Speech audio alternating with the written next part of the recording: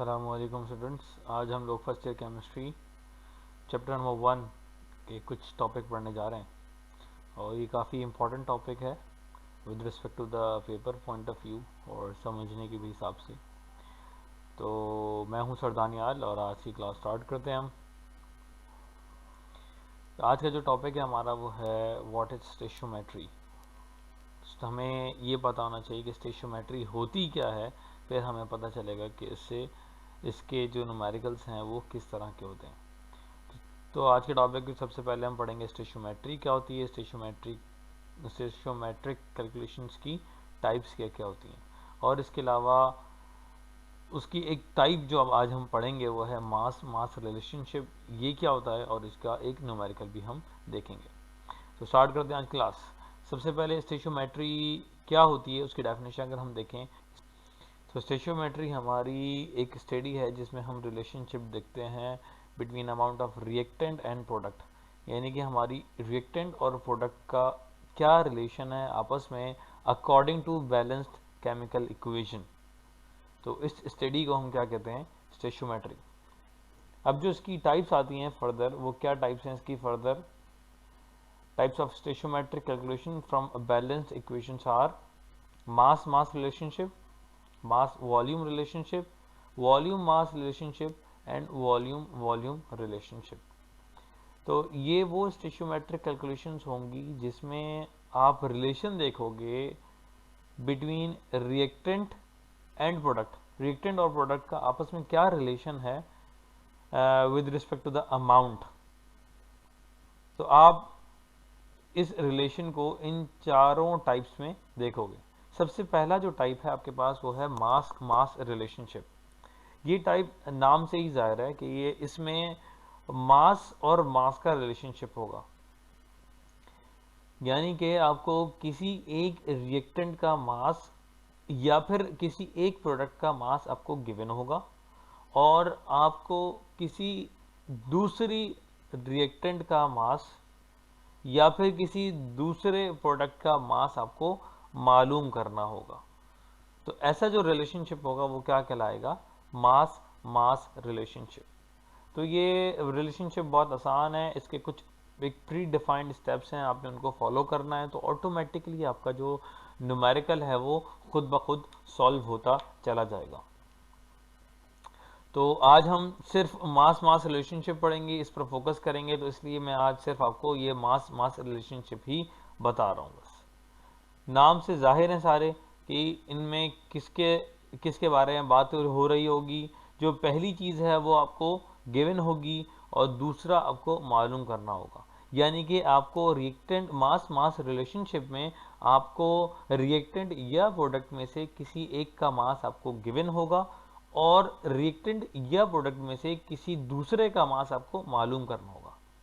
ये रिलेशनशिप क्या कहलाएगा, मास mass relationship. Mass volume relationship नाम से ही जाहिर है, इसको हम मज़ीद डिटेल में तब पढ़ेंगे जब इसकी हम लेक्चर बनाएंगे, लेकिन अभी फ़िलहाल आपको ये जो टाइप्स हैं ये एक ओवरव्यू के लिए समझा देते हैं कि मास वॉल्यूम रिलेशनशिप में क्या होगा। आपको मास गिवन होगा किसी एक रिएक्टेंट या वॉल्यूम का, किसी एक रिएक्टेंट या प्रोडक्ट का, और आपको वॉल्यूम मालूम करना होगा किसी एक रिएक्टेंट या प्रोडक्ट का। इसी तरह वॉल्यूम मास रिलेशनशिप में क्या होगा, वॉल्यूम आपको गिवन होगा किसी एक रिएक्टेंट या प्रोडक्ट का और आपको मास मालूम करना होगा किसी एक रिएक्टेंट या प्रोडक्ट का। इसी तरह वॉल्यूम वॉल्यूम रिलेशनशिप में क्या होगा, आपको वॉल्यूम गिवन होगा किसी एक रिएक्टेंट या प्रोडक्ट का और आपको मालूम क्या करना होगा, वॉल्यूम ही मालूम करना होगा आपको किसी दूसरे रिएक्टेंट या प्रोडक्ट का। तो आज का जो हमारा टॉपिक है वो है मास मास रिलेशनशिप।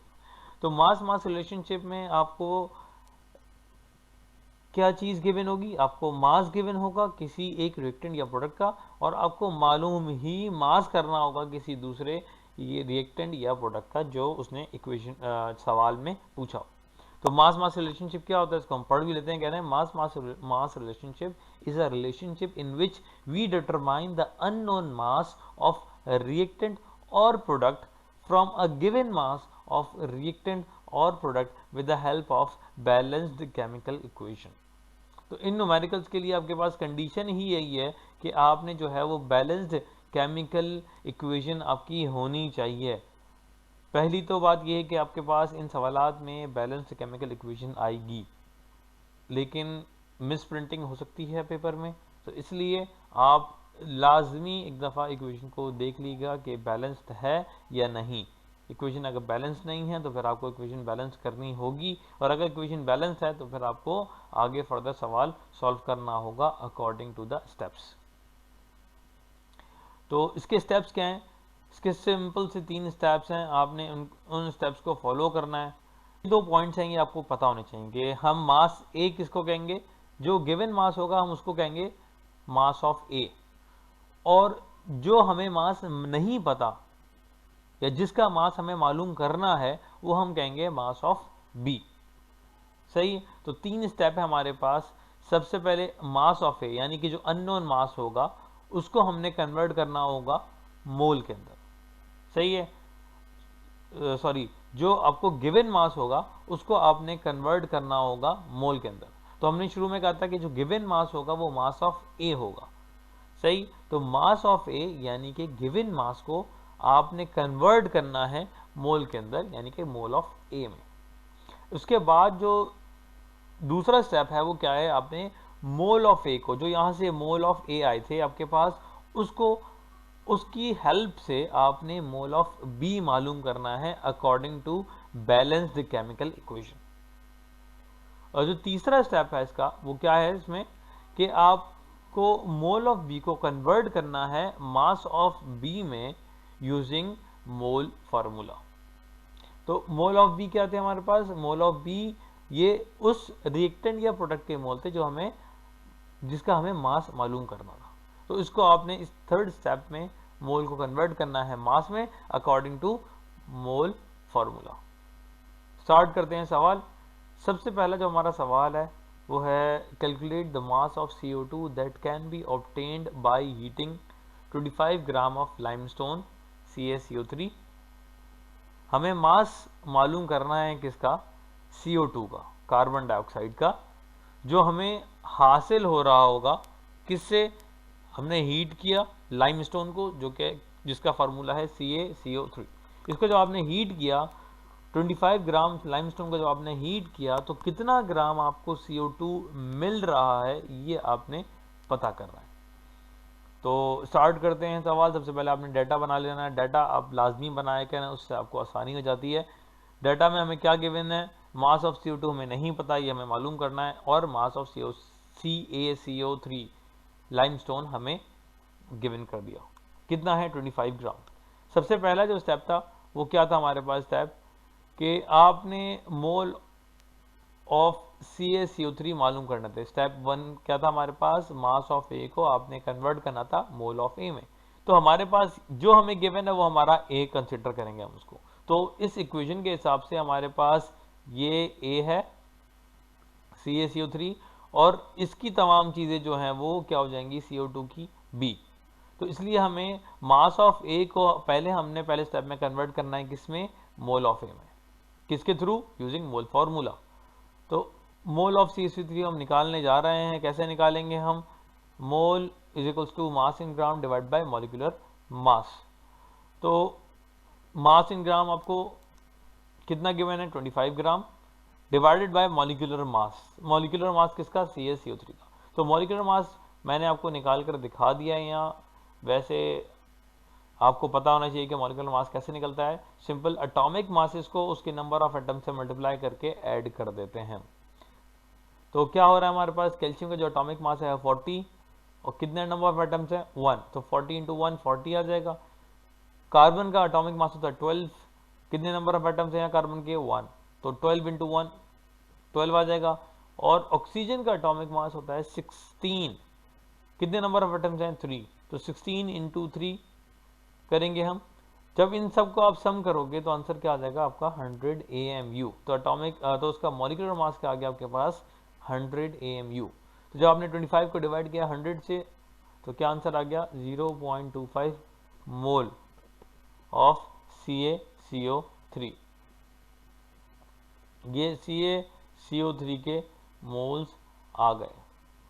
अब आपने क्या करना है, दूसरा स्टेप जो था हमारा वो क्या था, हमारा स्टेप वो ये था मोल ऑफ ए को आपने कन्वर्ट करना था मोल ऑफ बी में, यानी कि हमारे पास ये मोल ऑफ ए आ गए, इसको आपने कन्वर्ट करना है मोल ऑफ बी में अकॉर्डिंग टू इक्वेशन। तो अकॉर्डिंग टू इक्वेशन क्या था, कह रहे हैं 1 मोल, ये रहा, कितने मोल्स हैं यहाँ CaCO3 के, कुछ भी गिवन नहीं है, इसका मतलब क्या है, अंडरस्टूड है क्या होगा 1। तो 1 मोल ऑफ CaCO3 प्रोड्यूस कर रहा है 1 मोल ऑफ CO2। तो हमने इसको अकॉर्डिंग टू इक्वेशन लिख लिया, 1 mole of CO3 produce 1 mole of CO2। हमें कितने मोल्स के लिए मालूम करना है, हमें 0.25 मोल्स के लिए मालूम करना है। यहाँ एक नोट करने वाली बात इंपॉर्टेंट ये है कि हम जो है, हमें जो चीज़ गिवन होती है स्टेशियोमेट्री के अंदर, आपने जो भी चीज़ आपको गिवन होगी उसको आपने अपने लेफ्ट हैंड साइड पर रखना होगा। यहाँ हमारे पास जो किसके मोल्स गिवन थे, CaCO3 के, इस वजह से मैंने इस इक्वेशन को इस तरह लिखा कि CaCO3 के मोल्स मेरे लेफ्ट हैंड साइड पर आए, सही है। वरना मैं इसको एक और तरीके से लिख सकता था, वो मैं आपको दिखा देता हूँ। तो मैं इस चीज़ को, इस इक्वेशन को मैं ऐसे भी लिख सकता था, यानी कि 1 mole of CO2 is produced by 1 mole of CaCO3। तो बात तो ये भी सही है कि 1 मोल ऑफ CO2 प्रोड्यूस हो रहा है 1 मोल ऑफ CaCO3 से, अकॉर्डिंग टू इक्वेशन ये भी सही है। लेकिन हमारे सवाल के हिसाब से ये वाली जो इक्वेशन है, ये वाली जो इक्वेशन है ये गलत हो जाएगी, ये इक्वेशन गलत हो जाएगी। क्यों गलत हो जाएगी, क्योंकि हमें क्या चीज़ गिवन है, हमें CaCO3 गिवन है। तो तभी मैं CaCO3 के मोल्स को अपने लेफ्ट हैंड साइड पर रखूँगा। तो हमारे लिए कौन सी इक्वेशन सही होगी, ये वाली इक्वेशन सही होगी, जिसमें हमने मोल ऑफ CaCO3 को लेफ्ट हैंड साइड पर रखा, तो मोल ऑफ CO2 कहाँ है, राइट हैंड साइड पर। तो हमेशा याद रखिएगा, स्टेशियोमेट्रिक कैलकुलेशंस के अंदर जो चीज़ आपको गिवन होती है, आपने उसको हमेशा अपने लेफ्ट हैंड साइड पर रखना है। तो हमने इस इक्वेशन को लिया, 1 mole of CaCO3 produce 1 mole of CO2। हमें कितने मोल्स के लिए मालूम करना है, 0.25 मोल्स के लिए। तो 0.25 मोल्स के लिए मालूम करना है, तो मैं क्या करूंगा, चूंकि ये 1 है तो मुझे कितने मोल्स के लिए मालूम करना है, 0.25। तो मैं क्या करूं कि 0.25 से मल्टीप्लाई करा देता हूं ऑन बोथ साइड। जब जो काम मैं इस तरफ करूंगा वही काम मैं इक्वेशन के इस तरफ भी करूंगा। तो multiplying by 0.25 on both side, तो 1 मल्टीप्लाई 0.25 का आंसर आ गया 0.25 मोल ऑफ CaCO3, और यहाँ भी 1 मल्टीप्लाई बाय 0.25 आंसर आएगा, तो क्या आ जाएगा 0.25। तो क्या हो गया 0.25 मोल ऑफ CO2। तो 0.25 mole of CaCO3 produce 0.25 mole of CO2। यहाँ से हमारे पास आ गए हैं मोल ऑफ CO2 जो हमें चाहिए। अब हमें क्या चाहिए था, यहाँ मास ऑफ CO2। तो तीसरा स्टेप क्या है, आपने जो mass of mole of CO2 आया इसको आपने कन्वर्ट करना है मास ऑफ CO2 के अंदर। तो यहाँ आप देखें कि यहाँ हमारे पास क्या स्टेप था, थर्ड, कि जो भी मोल ऑफ B आ जाए उसको आपने किस में कन्वर्ट करना है, मास ऑफ B के अंदर। तो मोल ऑफ B हमारे पास ये रहा, इसको हम कन्वर्ट करेंगे मास ऑफ B के अंदर according to mole formula. Mole का फार्मूला है mole is equals to mass in gram divided by molecular mass. तो मॉलिक्यूलर मास यहाँ डिवाइड में था, वहाँ जाएगा तो क्या हो जाएगा मल्टीप्लाई में, तो क्या हो गया mole multiply by molecular mass equals to mass in gram. तो हमने अरेंज कर लिया इसको, mass in gram equals to mole multiply by molecular mass. Mass in gram हमें मालूम करना है, मोल हमें पता है 0.25, मॉलिक्यूलर मास इसका क्या है 44 AMU, 44 AMU।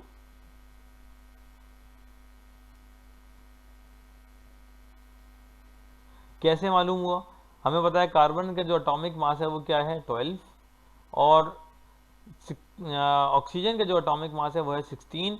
कितने नंबर ऑफ एटम्स लगे हैं ऑक्सीजन के 2, तभी 16 2 से मल्टीप्लाई हो रहा है, तो क्या हो गया 12 + 32 इज इक्वल्स टू 44 AMU। तो ये हमने पुट कर दिया इसमें, तो 0.25 मल्टीप्लाई बाय 44, क्या आंसर आ गया 11 ग्राम। तो ये हमारे पास आंसर आ गया है 11 ग्राम। किसका मास आया है? मास ऑफ CO2 का। तो ये आज का हमारा टॉपिक था जिसमें हमने मास मास रिलेशनशिप क्या होता है, इसका एक न्यूमेरिकल भी देखा, मास मास रिलेशनशिप क्या होता है ये समझा, स्टेशियोमेट्री की टाइप्स समझी और स्टेशियोमेट्री खुद क्या होता है इसकी डेफिनेशन देखी। तो ये आज हमने टॉपिक्स पढ़े हैं, और अगर किसी को कोई क्वेश्चन हो तो ज़रूर कमेंट्स में मेंशन कर दे। और आज के लिए इतना काफ़ी है। Thank you. Don't forget to like and subscribe our channel. Thank you.